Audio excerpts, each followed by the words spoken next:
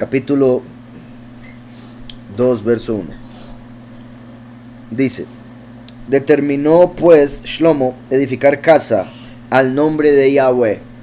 Una vez más, como siempre digo, vean que no dice construir casa a Yahweh, no, al nombre, mostrando la importancia del nombre por encima de todo. Y por supuesto el contraste entre hacer un templo para poner un nombre y hacer un templo para poner una imagen, como hacen los templos del mundo. Entonces, para poner el nombre, también al decir un templo para que habite su nombre, está poniendo al nombre como una persona, y esa persona es el espíritu de Mashiach, o sea, es Mashiach antes de haber encarnado.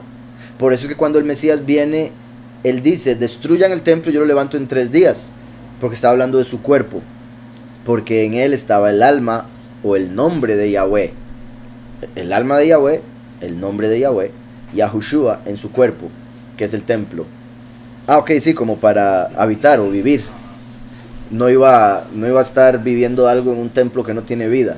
Ese es el punto, exacto, buen punto, ¿verdad? El templo de piedra, eso muestra que era simplemente un ejemplo, una representación, pero el templo como tal no tenía vida, por ende no había nada, o sea, en el sentido de lo físico, viviendo ahí. En el sentido espiritual, ¿verdad? Había una presencia, obviamente, un espíritu, pero para representar la Ruach HaKodesh en el cuerpo de Mashiach, que es el verdadero templo. Y por eso dijo: destruyanlo, yo lo levanto en 3 días. Y por eso Yahushua dijo: yo vengo en nombre de mi Padre y no me recibéis. Cuando uno venga en su propio nombre, a él van a recibir.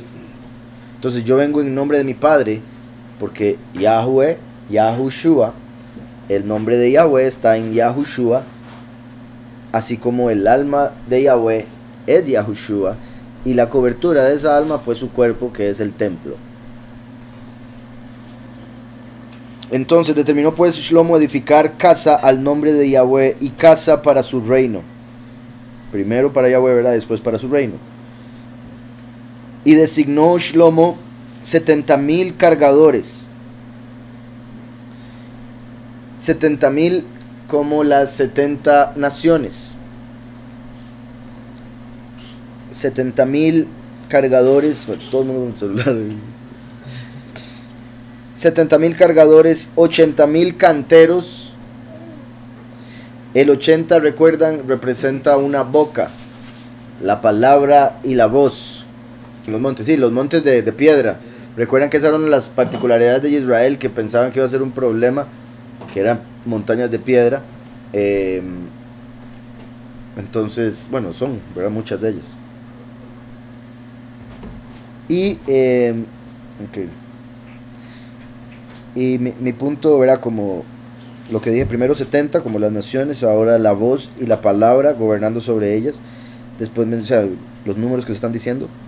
Dice: y 3,600 capataces que los vigilaran. El 3, por supuesto, como los 3 días de Mashiach en el Seol.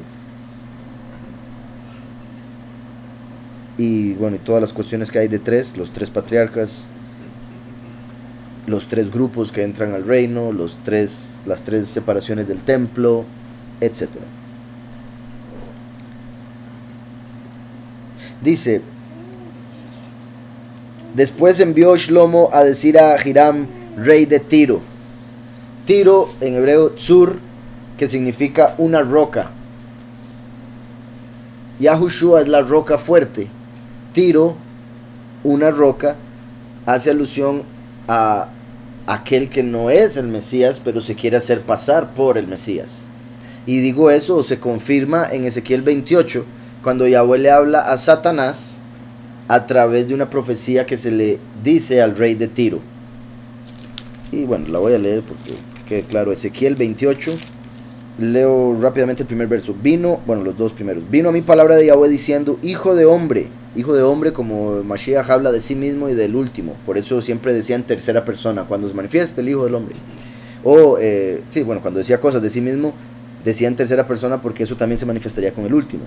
Entonces así le habla Yahweh a Ezequiel, porque Ezequiel representa al último. Hijo de hombre, di al gobernador de Tiro, así ha dicho Yahweh el soberano: tu corazón se ensoberbeció, ¿verdad? Como Lucifer, que se exaltó a sí mismo. y dijiste, yo soy un Elohim, y estoy sentado en el trono de Elohim. Recuerden que a Lucifer se le dio la autoridad de representar al todopoderoso Yahweh, o sea, estar en el trono de. Y curiosamente el término Elohim se conecta con las 7 autoridades, de los cuales Samael era el líder, ¿recuerdan? Y Heilel, ¿se acuerdan que cuando Samael fue puesto a la izquierda, Heilel fue puesto a la derecha? Entonces, por decirlo así, no es de los Elohim, es lo que vino después. Y estaba representando a Yahweh, entonces él decía, estoy en el trono. Dice, y dijiste, yo soy un Elohim, y estoy sentado en el trono de Elohim, en medio de los mares, en medio de las naciones, porque él gobierna sobre las naciones, recuerden, ya hemos hablado de eso. Es el poderoso de este mundo. Pero tú eres hombre y no Elohim. Ahí le está hablando obviamente a Tiro, repito, al rey de Tiro. Y esto se va a manifestar eventualmente, porque Lucifer dijo que quería ser como Yahweh en Isaías 14, recuerdan, yo seré como el Altísimo. ¿Quién es el Altísimo? Como dije, bueno, obviamente Yahweh, el más alto de todos, pero a la derecha está Yahushua. Cuando se habla del Altísimo y el Shaddai, primero y último. Entonces, al decir yo seré como el Altísimo, es Lucifer diciendo me voy a hacer pasar por el Mesías. ¿Sí me explico? Y el Mesías tiene un cuerpo humano. Es un humano. Entonces Lucifer tiene que conseguirse un cuerpo humano para decir ser el Mesías. El Cristo. ¿Sí me explico? Entonces, va a llegar a ser un hombre. Porque, ¿qué dice la escritura? Que Yahweh hizo al hombre a su imagen y semejanza. Y Lucifer dijo, yo seré como. Entonces tiene que tomar forma de hombre, a pesar de haber sido un ángel. ¿Sí me estoy explicando? ¿Queda claro? En el 6 dice, por tanto así ha dicho Yahweh el soberano, por cuanto pusiste tu corazón como el corazón de un Elohim, por eso es aquí que yo traigo sobre ti extranjeros, los fuertes de la nación. Sigue hablándole a Tiro y al enemigo, lo que le va a pasar cuando descienda. Dice, y que aquí es donde se pone más claro la revelación hacia Satanás, a pesar de que ya está bastante clara. Dice el 11, vino a mi palabra de Yahweh diciendo, hijo de hombre, entona lamentaciones sobre el rey de Tiro, y dile, así ha dicho Yahweh el soberano, tú eras el sello de la perfección. ¿Verdad? Lucifer era el ángel más hermoso de los ángeles creados, lleno de sabiduría y de acabada hermosura. Sabiduría y acabada hermosura. En Edén, obviamente el rey de Tiro no estuvo en el Edén.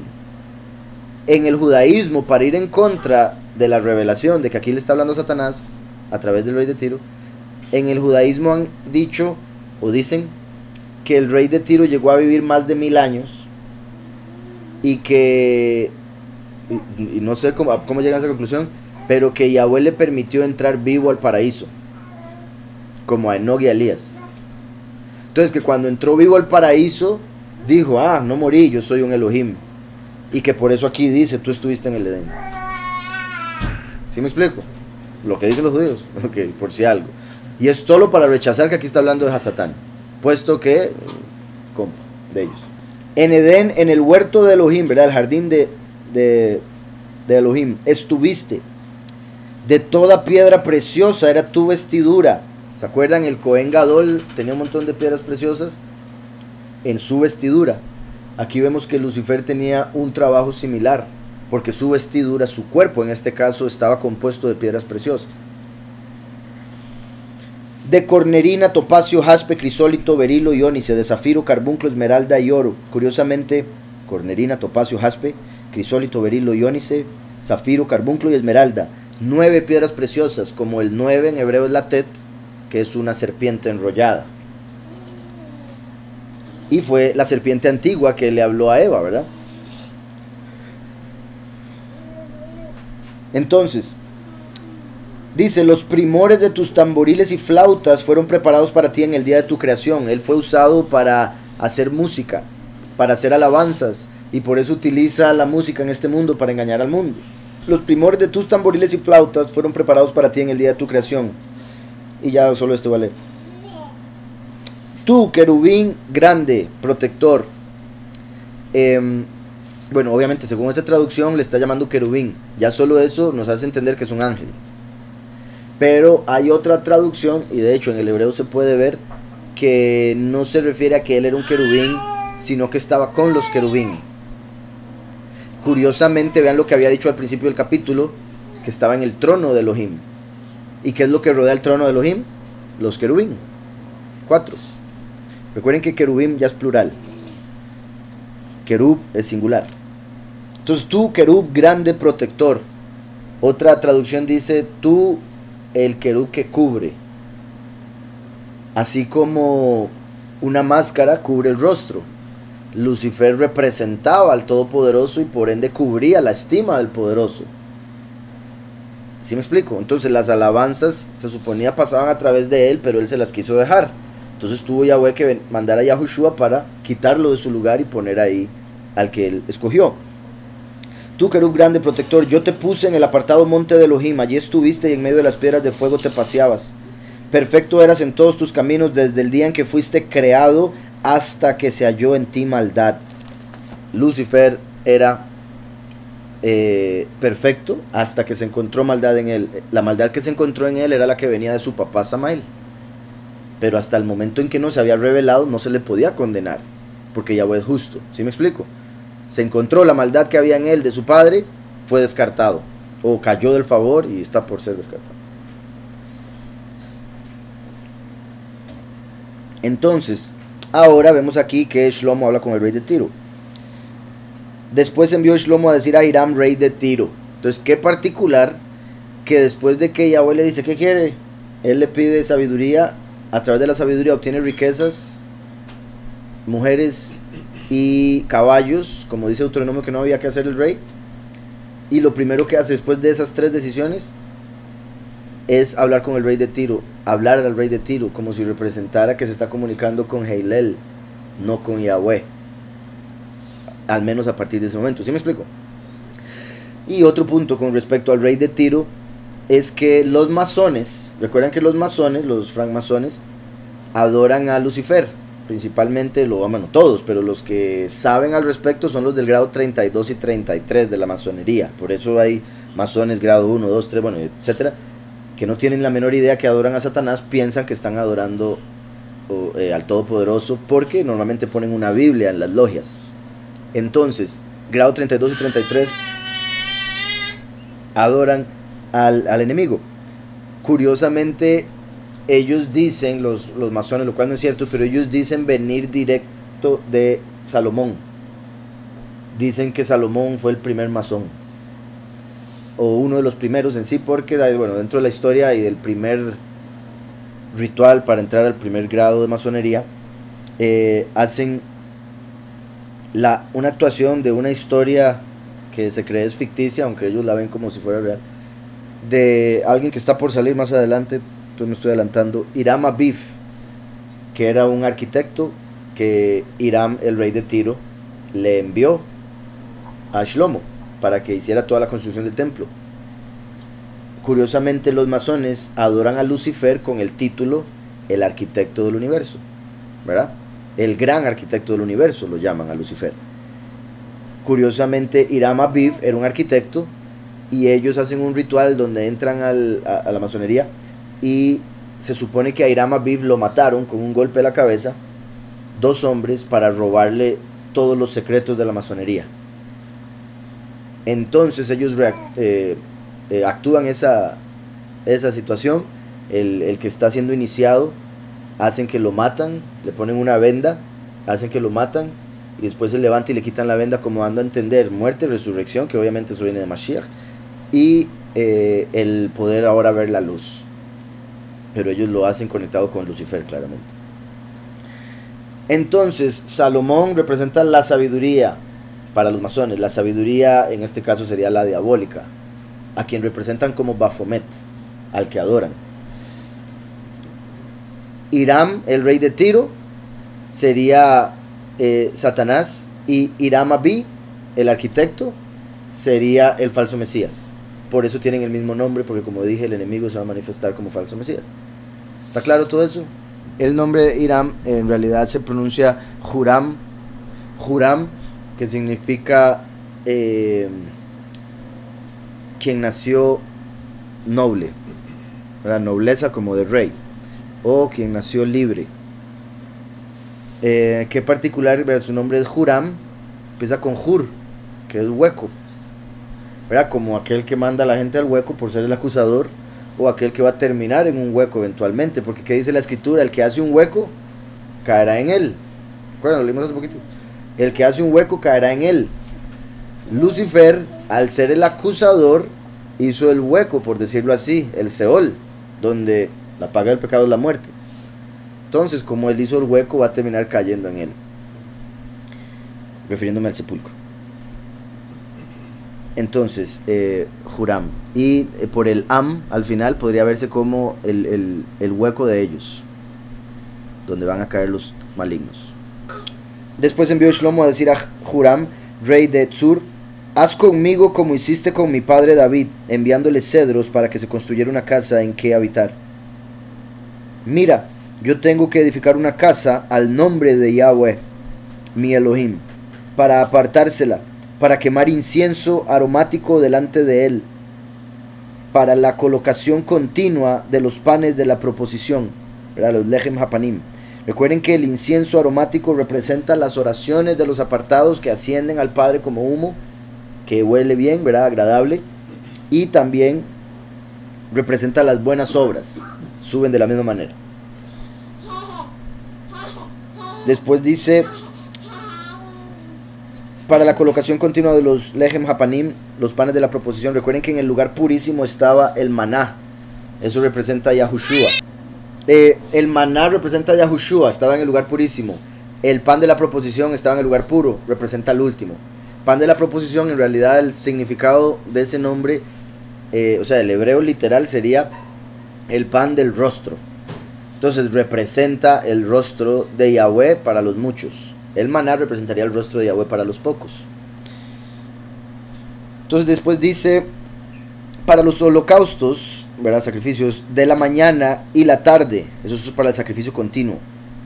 La mañana y la tarde, primero y último. Los sábados, los Shabbatot, los nuevos meses y las fiestas de Yahweh. Entonces decía, mira, yo tengo que edificar una casa del nombre de Yahweh, mi Elohim, para apartarla, para quemar incienso aromático delante de él, para colocación continua de los panes de la proposición, para los olot, o sacrificios de fuego, de la mañana y la tarde, los Shabbatot, nuevos meses y fiestas de Yahweh, nuestro Elohim, lo cual ha de ser perpetuo en Israel. Y la casa que tengo que edificar ha de ser grande, porque el Elohim nuestro es grande sobre todos los Elohim. Pero ¿quién será capaz de edificarle casa, siendo que los cielos y los cielos de los cielos no pueden contenerlo? Vean qué poderoso, y eso muestra que era sabio. Dice, ¿quién le va a poder hacer casa? Por eso está diciendo, le voy a hacer casa al nombre, que de todas maneras se refiere a su estima. Y aún así uno no puede encerrar su estima en una casa, por más grande que sea esa casa, si ni la creación misma puede contenerlo, ya que es él quien contiene la creación. Si algo lo contuviese a él, sería más grande, por supuesto. Entonces, vean qué poderoso dice, pero ¿quién será capaz de edificarle casa, siendo que los cielos y los cielos de los cielos no pueden contenerlo? Entonces están los cielos de los cielos. Primero dice, se puede decir los cielos de los hombres, y después, bueno, es que en realidad lo que está haciendo alusión es los cielos de los ángeles, que es el segundo cielo, y los cielos de los cielos, que sería el tercer cielo, el cielo que está por encima de los ángeles. ¿Sí me explico? Porque si el cielo de los ángeles son cielos, de hecho son 7 niveles, entonces el cielo de los cielos es el cielo que está encima del cielo de los ángeles. Mi punto es que hay mucha gente que cree que solo hay cielo y tierra, ángeles y hombres, y por ende piensan que Yahweh está en la realidad de los ángeles y que los ángeles vienen siendo algo similar, de la misma realidad, pero en realidad Yahweh está por encima de toda creación, y los ángeles son parte de esa creación, son la primera parte de esa creación, de hecho, el segundo cielo.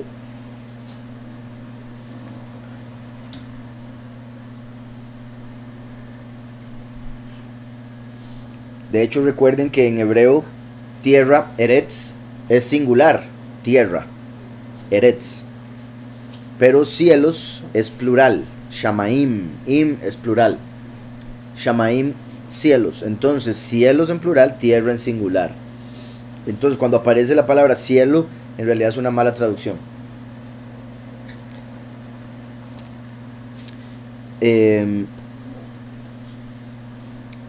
Decía entonces,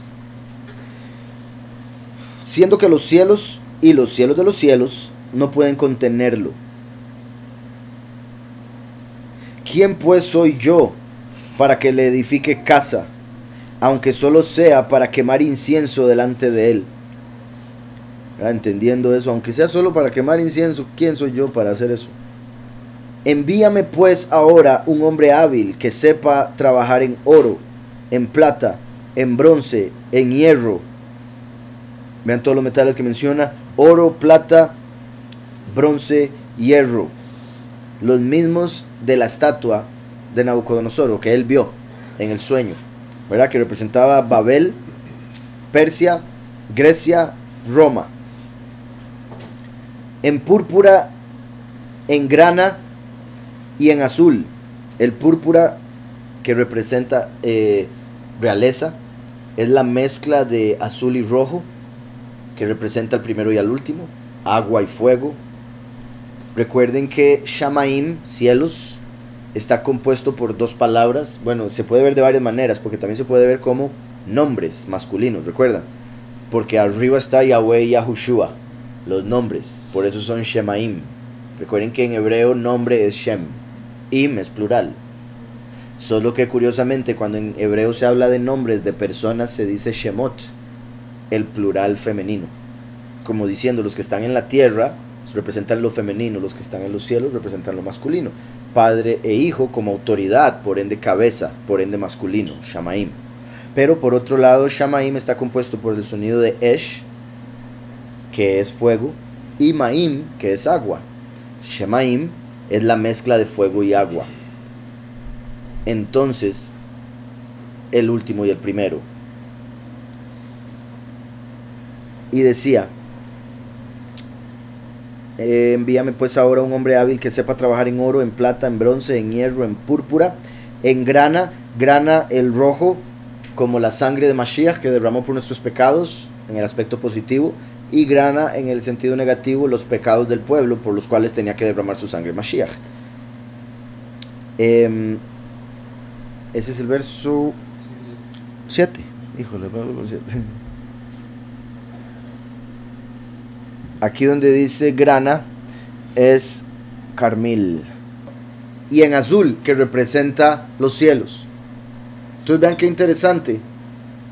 Menciona púrpura, rojo y azul. Púrpura es la mezcla del rojo y el azul. Entonces está diciendo el primero y el último unidos, después el último, después el primero. O sea, como en un espejo, está hablando al revés. No, de hecho puso azul de último, ¿verdad? Entonces, sí, primero y último, rojo y azul, lo puso bien. Pero curiosamente antes de todo puso el púrpura, que es la mezcla del primero y el último. Entonces, en grana y en azul. Y que sepa esculpir con los maestros que están conmigo en Yahudá y en Jerusalén, los cuales contrató mi padre. Envíame también madera del Líbano, cedro, ciprés y sándalo, porque yo sé que tus siervos saben cortar madera en el Líbano. Mis siervos irán con los tuyos para que me preparen mucha madera. Mis siervos irán con los tuyos para que me preparen mucha madera, porque la casa que tengo que edificar ha de ser grande y portentosa. Para tus siervos, los que trabajan cortando la madera, daré 20,000 coros de trigo en grano. 20,000, que representa corona, trono y la palma de la mano de Yahweh. De trigo en grano. 20,000 coros de cebada. 20,000 batos de vino y 20,000 batos de aceite. 20,000 de trigo, 20,000 de cebada, 20,000 de vino, 20,000 de aceite. ¿Verdad? Que harían 80,000 en total. Una vez más, palabra y voz. Cada uno de los 20 representa, como ya dije, la palma de la mano, que representa o el favor o el castigo, dependiendo cómo se quiera ver, dando o golpeando. El trono y la corona. El trigo representa a los pocos, la cebada a los muchos. Se podría casi decir lo mismo con el vino y el aceite, puesto que, bueno, el vino es gozo, alegría, la sangre del cordero que derramó por nuestros pecados, y el aceite es el espíritu. el espíritu que viene a través de Yahushua, el Mesías. En lo que respecta vino, recuerden, bueno, el pueblo, recuerden que los muchos se van a convertir en vino y los pocos tienen la unción, el aceite, o se puede hablar de aceite como los mártires, porque recuerden que así como de las uvas se saca el vino, de las aceitunas se saca el aceite de una manera similar, ¿recuerdan? Entonces los mártires son el aceite principalmente. Entonces Huram, rey de Sur, respondió en una carta que envió a Shlomo, porque Yahweh amó a su pueblo, porque Yahweh amó a su pueblo, te ha puesto por rey sobre ellos.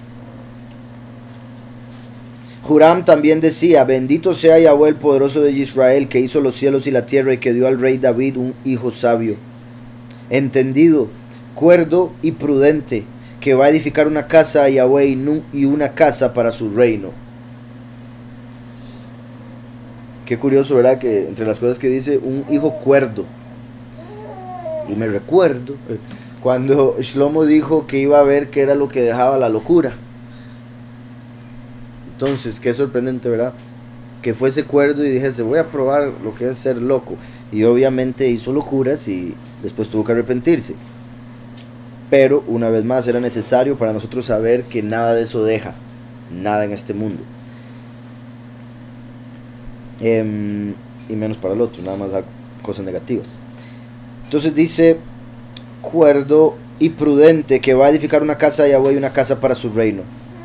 Yo pues te he enviado un hombre hábil y entendido, Hiram Abi, Huram Abi. Vean qué interesante, dice Huram Abi es mi padre. Entonces estaría diciendo que es el hijo de Huram. O sea, el hijo, si Huram representa a Satanás, como ya vimos en Ezequiel 28, entonces es el hijo de Satán. Por ende, el falso Mesías, el anticristo, representaría a Hiram Abi, Huram Abi. Y curiosamente los masones lo adoran, tanto así que hacen un ritual en el cual representa que muere y resucita, copiándolo de Mashiach. Uy, sí, qué curioso. De hecho, en inglés ponen Huram, mi hijo. No, en realidad dice el de mi padre. Es que bueno, es que dice my father's, pero le ponen la S de que sería de mi padre. Y recuerden que curiosamente el falso Mesías, principalmente el alma de ese cuerpo que va a ser el falso Mesías, va a salir del abismo en la quinta trompeta de Apocalipsis. Y el abismo es un hueco. Huram es un hueco. Entonces él es el hijo del abismo, el Abadón, Apolión, que sale en Apocalipsis 9. Te he enviado un hombre hábil y entendido, Huram Abi. Hábil y entendido, aquí las palabras que usa, y las que había pedido, Jajam y Odeya, con sabiduría y conocimiento para construir a Huram Abi. No, perdón, no era para construir de Baná, no, sino era Biná. Entonces, entendido, o con entendimiento, sabio, conocedor y entendido. Hiram Abi. Dice después, hijo de una mujer de las hijas de Dan. No les digo. Las hijas de Dan, recuerdan que en Génesis 49 Yahweh dice que de Dan sale, dice, Dan será serpiente junto al camino que muerde los caballos del talón, los talones del caballo, y hace que el jinete caiga para atrás. Entonces Dan es serpiente junto al camino que muerde los talones del caballo y hace que el jinete caiga para atrás. Es el jinete del caballo blanco, el testigo como Moshe. De Dan va a salir el que se va a encargar de matarlo. Y recuerdan que en la escritura dice que Abadón sale y es el destructor el que va a matar a los dos testigos. Claro, lo hace a través de las dos bestias, pero es por la autoridad que se le da a Abadón. Y qué curioso que aquí está diciendo que Hiram Abi, que representa a Abadón, Azazel, es hijo de una danita, ¿verdad? Una descendiente de Dan. Aunque su padre era de Tiro, entonces era una mezcla de Israel con el enemigo. Como vemos en Ezequiel 28, hasta que se halló maldad en ti. Era de Israel, pero se halló maldad, era una serpiente junto al camino. Hijo de una mujer de las hijas de Dan. Dice aquí de las hijas de Dan. En Primera de Reyes 7:14 se habla de una viuda de la tribu de Neftalí. Los de la tribu de Dan se habían establecido al norte del territorio ocupado por la tribu de Neftalí. Huram era de la tribu de Dan. Éxodo 31:6. Rápidamente. He puesto junto a él a Aholiab, hijo de Ahisamac, de la tribu de Dan, y he puesto sabiduría en él. Y he puesto sabiduría en él. ¿Qué es eso? Y he puesto sabiduría en el ánimo de todo sabio de corazón, para que hagan todo lo que te he mandado.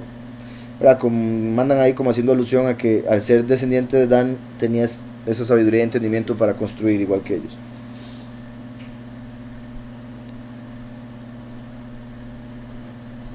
Porque vean qué interesante, qué poderoso.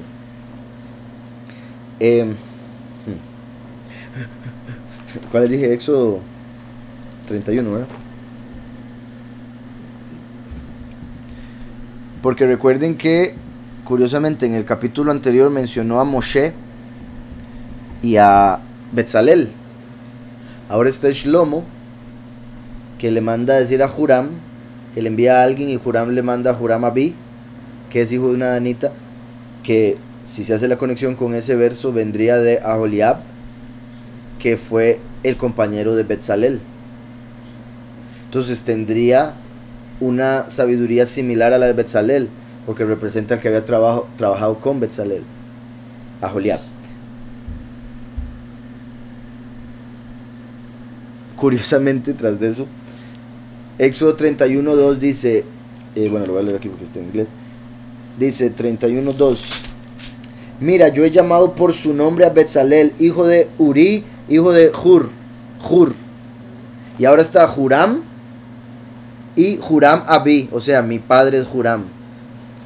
Entonces ven cómo es como un falso Mesías, porque se parece a una copia de Betzalel. Es como una copia de Betzalel, hijo de Hur. Ahora está el hijo de Huram, que es de Dan.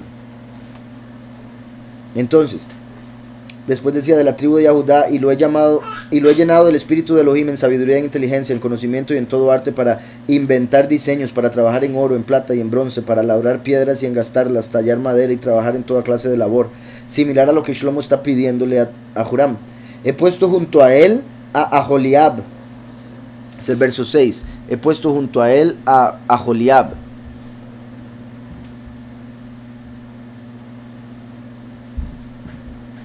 Y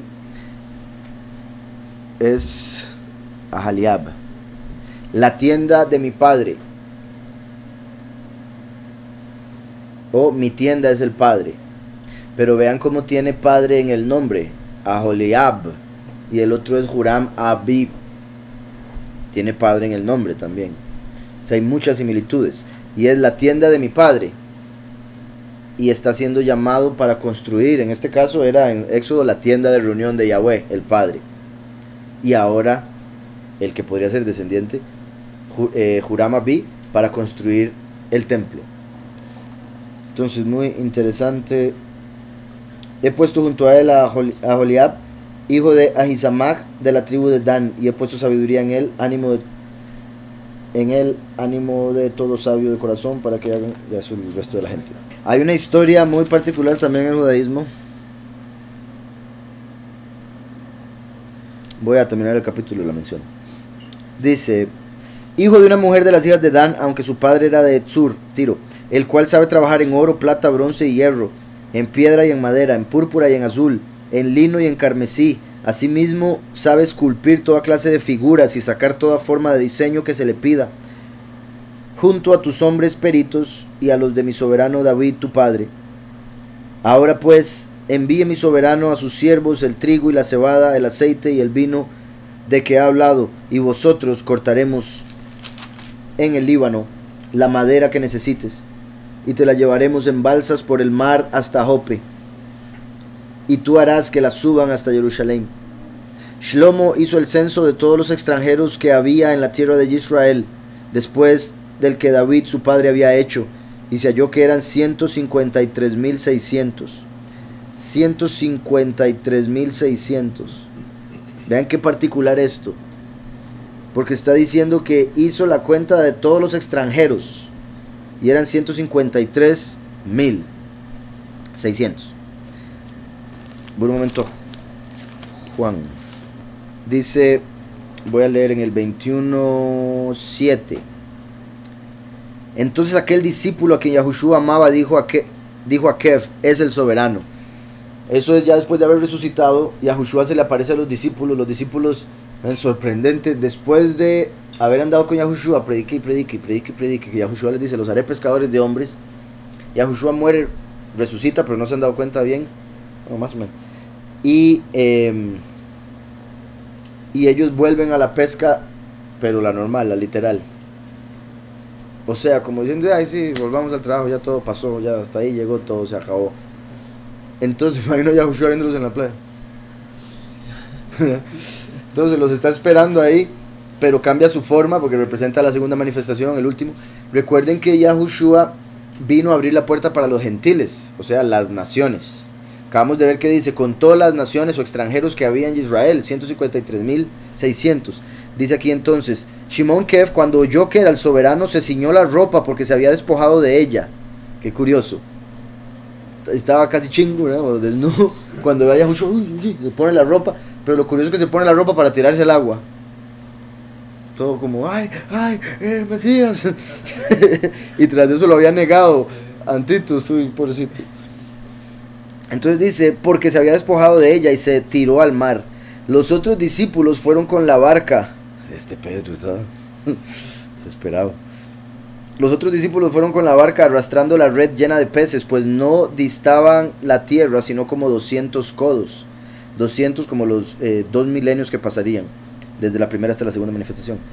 Al descender a tierra vieron brasas puestas y un pescado encima de ellas y pan. Yahushua les dijo, traed de los peces que acabáis de sacar. Subió Shimon Kev y sacó la red a tierra llena de grandes peces, 153, y aun siendo tantos la red no se rompió. Recuerdan que cuando Yahushua se les manifiesta sacan una red llena pero se rompe y se salen los peces. Eso representaba que Yahushua, eso representa la mem con el huequito.